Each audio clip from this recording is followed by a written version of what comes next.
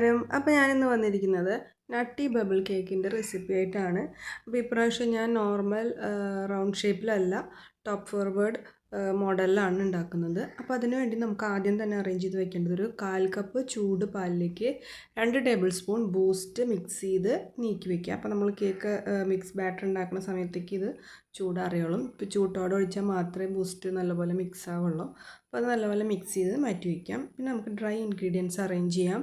അതിനുവേണ്ടി ഞാനിവിടെ 1 കപ്പ് മൈദ ആണ് ആദ്യം അരിപ്പയിലൂടെ എടുത്തിരിക്കുന്നത്. ഒരു ക്ലീൻ ബൗൾ എടുക്കാട്ടോ ആദ്യം.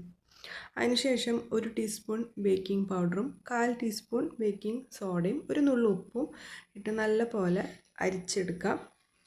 ഒരു 3 തവണ അരിച്ചെടുക്കുന്നതായിരിക്കും കേക്ക് നല്ല സോഫ്റ്റായി വരാനും പൊടികളൊക്കെ എല്ലായിടത്തേക്കും ഒരുപോലെ മിക്സ് ആവാനും നല്ലത്. അപ്പോൾ നമ്മുടെ ഡ്രൈ ഇൻഗ്രീഡിയൻസ് റെഡി ആയിട്ടുണ്ട്. അത് നീക്കി വയ്ക്കാം. ഇനിയും ഒരു ക്ലീനായ ബൗളിൽ ഒരു 4 കോഴിമുട്ട ഞാൻ എടുത്തിട്ടുണ്ട്. ഇപ്പോൾ സാധാരണ 3 കോഴിമുട്ടയാണ് എടുക്കാറ്. ഇപ്പോൾ ഒരു മീഡിയം വലുപ്പത്തിലുള്ള കോഴിമുട്ടകളും ചെറിയ മുട്ടകളായതുകൊണ്ട് ഞാൻ 4 എണ്ണം എടുത്തിട്ടുണ്ട്. നല്ല വലിയ കോഴിമുട്ടകളാണെങ്കിൽ 3 എണ്ണം മാത്രം എടുത്താലും മതി. അപ്പോൾ അതിലേക്ക് ഞാൻ 1 ടീസ്പൂൺ വാനില എസൻസ് ചേർത്ത് കൊടുത്തിട്ടുണ്ട്. ഇനി നമുക്ക് നല്ല പതയുന്ന പോലെ ബീറ്റ് ചെയ്തെടുക്കാം. പതഞ്ഞതിന് ശേഷമാണ് നമ്മളിനി പഞ്ചസാരയൊക്കെ ആഡ് ചെയ്യാൻ പോകുന്നത്. അപ്പോൾ ആദ്യം തന്നെ ബീറ്റ് ചെയ്തെടുക്കാം. ഇനി അതിലേക്ക് നമുക്ക് 1 കപ്പ് പൊടിച്ച പഞ്ചസാര ചേർത്ത് കൊടുക്കാം. അപ്പോൾ ഞാൻ ഒറ്റയടിക്ക് തന്നെ ചേർക്കുന്നുണ്ട്, കുഴപ്പമൊന്നുമില്ല. വേണമെങ്കിൽ 3 തവണകളായി പതുക്കെ ബീറ്റ് ചെയ്ത് ചേർക്കാം. 1 കപ്പ് പൊടിച്ച പഞ്ചസാര കിട്ടണമെങ്കിൽ സാധാരണ പഞ്ചസാര 3/4 കപ്പ് എടുത്ത് മിക്സിയിലിട്ട് അടിച്ചാൽ മതി. അപ്പോൾ ഇത് നല്ലപോലെ ബീറ്റ് ചെയ്യണം. ചെറിയ രീതിയിൽ ബീറ്റ് ചെയ്ത് അവസാനിപ്പിച്ച് കഴിഞ്ഞാൽ കേക്ക് പൊന്ത് സോഫ്റ്റ് ആവുക ഒന്നും ചെയ്യില്ല. അപ്പോൾ കേക്കിൻ്റെ ഡബിൾ വോളി ആവണം, അതിൻ്റെ വൈറ്റ് കളറാവണം, ഇതുപോലെ ഒരു വൈറ്റിഷ് കളറ് കിട്ടണം. അത്രയും നേരം നമ്മൾ ബീറ്റ് ചെയ്യണം. ഓക്കെ, എന്നാൽ മാത്രമേ കേക്ക് നല്ല സോഫ്റ്റായിട്ട് കിട്ടുള്ളൂ. ഇനി അതിലേക്ക് ഞാൻ 2 ടേബിൾ സ്പൂൺ സൺഫ്ലവർ ഓയിലാണ് ചേർക്കുന്നത്. അതൊന്നും കൂടി ഒന്ന് കറക്കിയെടുക്കാം. ഒരുപാട് സമയം ബീറ്റ് ആക്കണ്ട, ഒന്ന് മിക്സായി കിട്ടിയാൽ മതി. അതോടുകൂടി നമ്മുടെ ബീറ്ററിൻ്റെ യൂസ് ഇതിനകത്ത് തീർന്നു. അത് ഓഫ് ചെയ്ത് വെച്ച് നമുക്ക് ഇനി ഡ്രൈ ഇൻഗ്രീഡിയൻസ് ഇതിനകത്തോട്ട് ചേർത്ത് കൊടുക്കാം. ഇനി നമുക്ക് ഡ്രൈ ഇൻഗ്രീഡിയൻസ് ഇട്ട് കൊടുക്കാം. അതൊരു 3 തവണകളായിട്ടാണ് ഇട്ട് കൊടുക്കുന്നത്. സ്പാറ്റിൽ വെച്ച് വേണമെങ്കിൽ മിക്സ് ചെയ്യാം. ഞാനിവിടെ വിസ്ക് വെച്ചാണ്, അപ്പോൾ പൊടികൾ പെട്ടെന്ന് തന്നെ മിക്സായി കിട്ടും. വിസ്ക് വെച്ച് തന്നെ വളരെ പതുക്കെ കട്ട് ആൻഡ് ഫോൾഡ് മെത്തേഡിൽ തന്നെ സൂക്ഷിച്ച് മിക്സ് ചെയ്യാം. ഓവർ മിക്സ് ആക്കരുത്, വളരെ പതുക്കെ മിക്സ് ചെയ്താൽ മതി. ഇനി നമ്മൾ ഡ്രൈ ഇൻഗ്രീഡിയൻസ് ഇതിനകത്ത് ഇടുന്നതിന് മുൻപായിട്ട് തന്നെ നമ്മൾ ഓവൻ സെറ്റപ്പ് അറേഞ്ച് ചെയ്യണം. അപ്പോൾ ഓവനിലാണ് വെക്കുന്നതെങ്കിൽ പ്രീ ഹീറ്റ് ചെയ്യാനായിട്ട് വെക്കാം. അല്ലെങ്കിൽ ഗ്യാസ് സ്റ്റൗവിലാണെങ്കിൽ നമ്മൾ ഏത് പാത്രമാണോ അറേഞ്ച് ചെയ്തിരിക്കുന്നത് അത് ഇപ്പോൾ തന്നെ 10 മിനിറ്റ് സമയത്തേക്ക് മീഡിയം ഫ്ലെയിമിൽ പ്രീ ഹീറ്റ് ചെയ്യാനായിട്ട് വെക്കുക കേട്ടോ. അപ്പോൾ ഞാൻ 2ാമത്തെ തവണ പൊടി ഇട്ട് കഴിഞ്ഞിട്ടുണ്ട്. അപ്പോൾ ബാറ്റർ ഒരല്പം തിക്കായിട്ടുണ്ട്. അപ്പോൾ ഈ സമയത്താണ് നമ്മൾ നേരത്തെ റെഡിയാക്കി വെച്ചിരിക്കുന്ന ബൂസ്റ്റ് പാലിൻ്റെ മിക്സ് ഉണ്ടല്ലോ, അത് കുറച്ച് 2 തവണ ആയിട്ട് നമുക്ക് ഇതിൽ കുറച്ച് ആദ്യം ആഡ് ചെയ്ത് കൊടുക്കാം. അതിനുശേഷം നമ്മൾ ബാക്കി എല്ലാ പൊടികളും കൂടി ഇട്ടതിന് ശേഷം ബാക്കി പാലും ഒഴിച്ച് നല്ലപോലെ മിക്സ് ചെയ്ത് ബാറ്റർ റെഡിയാക്കാം. അപ്പോൾ പൊടികൾ ഒന്നും ഇനി മിക്സ് ആവാനില്ല എന്ന് ഉറപ്പ് വരുത്താൻ നല്ലപോലെ മിക്സ് ചെയ്യുക. അപ്പോൾ നമ്മൾ ആ പാലും ബൂസ്റ്റ് മിക്സ് ചെയ്ത് വെച്ചത് ചൂടാറി തണുത്തപ്പോൾ പാട കെട്ടിയിരുന്നു. അപ്പോൾ ഞാനൊരു അരിപ്പയിലൂടെ കംപ്ലീറ്റ് ആയിട്ട് ഇട്ട് കൊടുക്കുകയാണ്.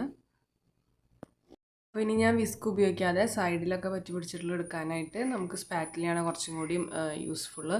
അപ്പോൾ എല്ലാം മിക്സ് ആയതിന് ശേഷം സ്പാറ്റിൽ ഉപയോഗിച്ച് ഒന്നും കൂടി ഒന്ന് കട്ട് ആൻഡ് ഫോൾഡ് ചെയ്തതിന് ശേഷം നമുക്കിതൊരു പാനിലേക്ക് ഒഴിച്ചു കൊടുക്കാം.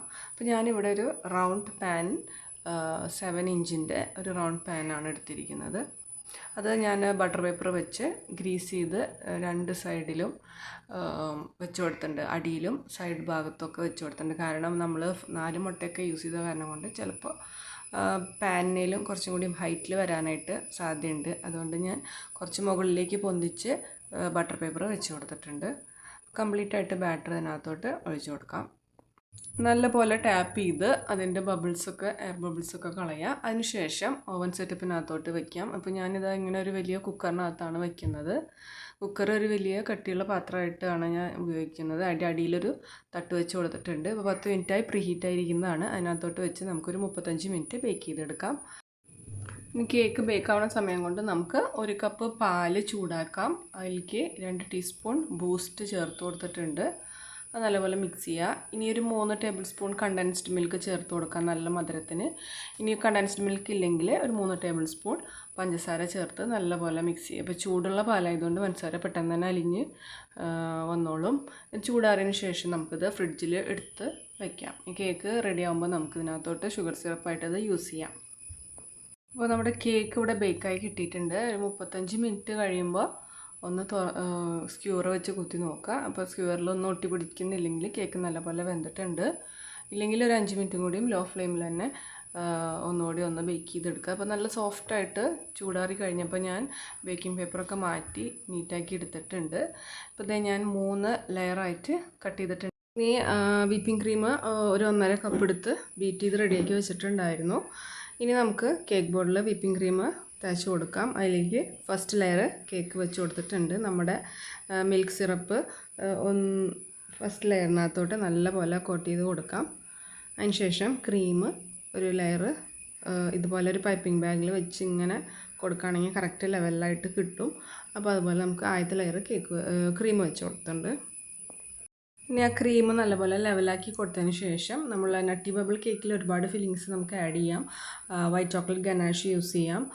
അതുപോലെ ബൂസ്റ്റ് ഇട്ട് കൊടുക്കാം. അല്ലെങ്കിൽ നട്ട്സും മറ്റേ ചോക്കോ ചിപ്സൊക്കെ ആഡ് ചെയ്യാം. നമ്മുടെ ഇഷ്ടം പോലെ ആഡ് ചെയ്യാം. അപ്പോൾ ഞാനിപ്പോൾ ഇവിടെ ബൂസ്റ്റ് ആഡ് ചെയ്യുന്നുണ്ട്. കുറച്ച് നട്ട്സും ആഡ് ചെയ്ത് കൊടുക്കുന്നുണ്ട്. വൈറ്റ് ചോക്ലേറ്റ് ഗനാഷ് ഉള്ളവർ അത് ആദ്യം ആഡ് ചെയ്ത് കൊടുക്കുക. അതിന് ശേഷം ബൂസ്റ്റും നട്ട്സൊക്കെ ഇട്ട് ചേർത്ത് കൊടുക്കാം. അപ്പോൾ അതുപോലെ ഓരോ ലെയറും സെയിം പ്രോസസ്സ് റിപ്പീറ്റ് ചെയ്യാം.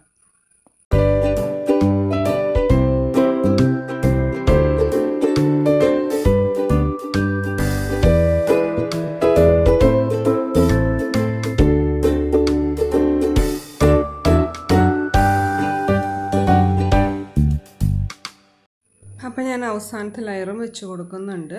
അങ്ങനെ 3 ലെയറും നമ്മൾ അറേഞ്ച് ചെയ്തു. ഇപ്പോൾ ലാസ്റ്റ് എന്ന് പറയുന്നത് ഇത് ഏറ്റവും അടിയിലത്തെ കേക്കിൻ്റെ അടിഭാഗമാണ്. അപ്പോൾ ഈ അടിയിൽ ഇത് അത്ര അധികം മുരിഞ്ഞിട്ടൊന്നുമില്ല. എന്നാലും ഞാൻ ആ മുകൾ ഭാഗം ഇത്തിരി ബ്രൗൺ കളറായിട്ടുള്ളത് ഞാൻ കട്ട് ചെയ്ത് കളഞ്ഞ് നല്ല ക്ലീൻ ആയിട്ടുള്ള ഭാഗം. അപ്പോൾ നമുക്ക് ഈ മിൽക്ക് സിറപ്പ് ഒഴിക്കുമ്പോൾ അത് പെട്ടെന്ന് അബ്സോർബ് ചെയ്തെടുക്കാനായിട്ടുള്ള അതിന് വേണ്ടി ഞാനൊരു ചെറിയൊരു ബ്രൗൺ കളറിലുള്ള ലെയർ കട്ട് ചെയ്ത് കളഞ്ഞിട്ടുണ്ട്.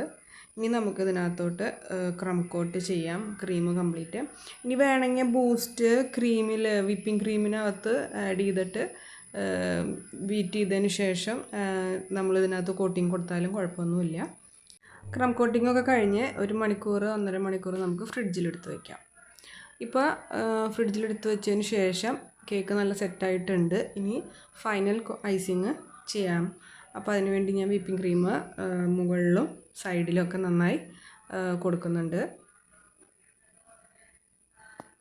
അപ്പോൾ നമ്മുടെ ഫൈനൽ ഐസിങ്ങും കഴിഞ്ഞിട്ടുണ്ട്. ഇതിൻ്റെ സൈഡിൽ ഒരുപാട് കട്ടിയിൽ ക്രീം തേച്ചില്ലെങ്കിലും കുഴപ്പമില്ല. കാരണം നട്ടി ബബിൾ കേക്ക് ആയതുകൊണ്ട് നമ്മൾ സൈഡിൽ മൊത്തം നട്ട്സും ചോക്കോ ചിപ്സും വെച്ച് അറേഞ്ച് ചെയ്യാനുള്ളതാണ്.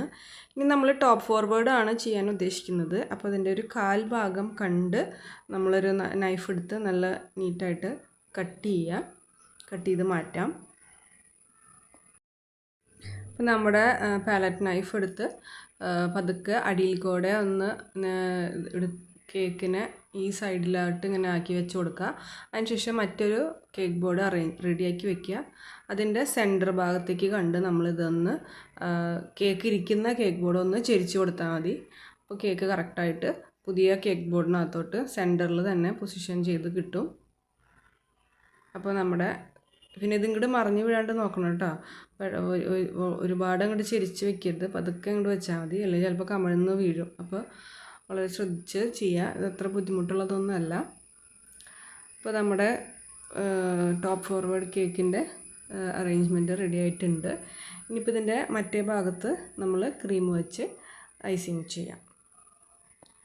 ഒരുപാട് പ്രസ് ചെയ്യാതെ വളരെ ശ്രദ്ധിച്ച് ഐസിങ് ചെയ്യുക. പ്രസ് ചെയ്ത് ചിലപ്പോൾ കേക്ക് അങ്ങോട്ട് മറിഞ്ഞ് വീഴും. അപ്പോൾ വളരെ ശ്രദ്ധിച്ച് ചെയ്യാം. ഇനി ഇതാ ഇവിടെ കുറച്ച് നട്ട്സും ചോക്കോ ചിപ്സൊക്കെ കട്ട് ചെയ്ത് അറേഞ്ച് ചെയ്ത് വെച്ചിട്ടുണ്ട്. അത് നമുക്ക് ഈ സൈഡ് ഭാഗത്തൊക്കെ ഇട്ട് കൊടുത്ത് ഫില്ല് ചെയ്യാം. കംപ്ലീറ്റ് ആയിട്ട് നമ്മുടെ കേക്കിൻ്റെ സൈഡിൽ ഫുള്ളും നട്ട്സ് വെച്ച് അറേഞ്ച് ചെയ്തിട്ടുണ്ട്. ഇതിൻ്റെ 2 സൈഡിലും നമുക്ക് ഡിഫറെൻറ്റ് ഡിസൈൻ കൊടുക്കാം. അല്ലെങ്കിൽ ഒരു സൈഡിൽ മാത്രം കൊടുക്കാം. എങ്ങനെ വേണമെങ്കിലും നമ്മുടെ ഇഷ്ടം പോലെ ചെയ്യാം. അപ്പോൾ ഞാനിത് 2 പേരുടെ ബർത്ത്ഡേ ഉണ്ടായിരുന്നു. അത് സെയിം മന്തിലായതുകൊണ്ട് ഒരു ദിവസം തന്നെയാണ് നമ്മൾ സെലിബ്രേറ്റ് ചെയ്തത്. അപ്പോൾ അതിനു വേണ്ടി ഒരാളുടെ ഒരു സൈഡിലും രണ്ടാമത്തെ ആളുടെ അപ്പുറത്തെ സൈഡിൽ അങ്ങനെയാണ് ഞാൻ ഡിസൈൻ ചെയ്തത്.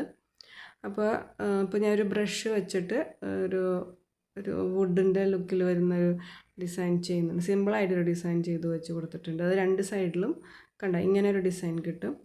അപ്പോൾ 2 സൈഡിലും അങ്ങനെ തന്നെ ചെയ്യുന്നുണ്ട്. പിന്നെ നമുക്ക് അതിനകത്തോട്ട് ഏത് ഡിസൈൻ വേണമെങ്കിലും ചെയ്യാം. അപ്പോൾ ഞാൻ ഈ ഐസിങ് ചെയ്യുന്നതൊന്നും വീഡിയോ എടുത്തിട്ടില്ല.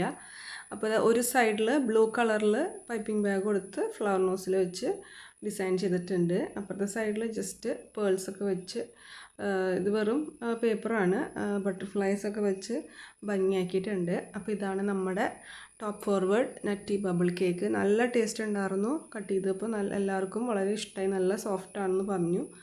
അപ്പോൾ എല്ലാവർക്കും ഇഷ്ടമായി എന്ന് വിചാരിക്കുന്നു. അപ്പോൾ നട്ടി ബബിൾ കേക്കിൻ്റെ റെസിപ്പിയാണ് ഞാൻ മെയിനായിട്ട് ഇവിടെ പറഞ്ഞു തരാൻ ഉദ്ദേശിച്ചത്. അതുപോലെ തന്നെ ടോപ്പ് ഫോർവേഡ് എങ്ങനെയാണ് കട്ട് ചെയ്ത് എടുക്കേണ്ടതെന്നുള്ളതും. അപ്പോൾ എല്ലാവർക്കും ഈ വീഡിയോ ഇഷ്ടമായി എന്ന് വിചാരിക്കുന്നു. നിങ്ങളുടെ ഫ്രണ്ട്സിനൊക്കെ ഇത് ഷെയർ ചെയ്ത് കൊടുക്കണം, എന്നാൽ മാത്രമേ എൻ്റെ ചാനൽ മുൻപോട്ട് കൊണ്ടുപോകാൻ പറ്റുള്ളൂ. ആദ്യമായിട്ട് കാണുന്നവരാണ് എന്നുണ്ടെങ്കിൽ എൻ്റെ ചാനലൊന്ന് സബ്സ്ക്രൈബ് ചെയ്യണം, ലൈക്ക് ചെയ്യുക, ഇഷ്ടമായ കമൻറ്റ് ചെയ്യുക. അപ്പോൾ താങ്ക് യു. അടുത്തൊരു വീഡിയോ വരുന്നത്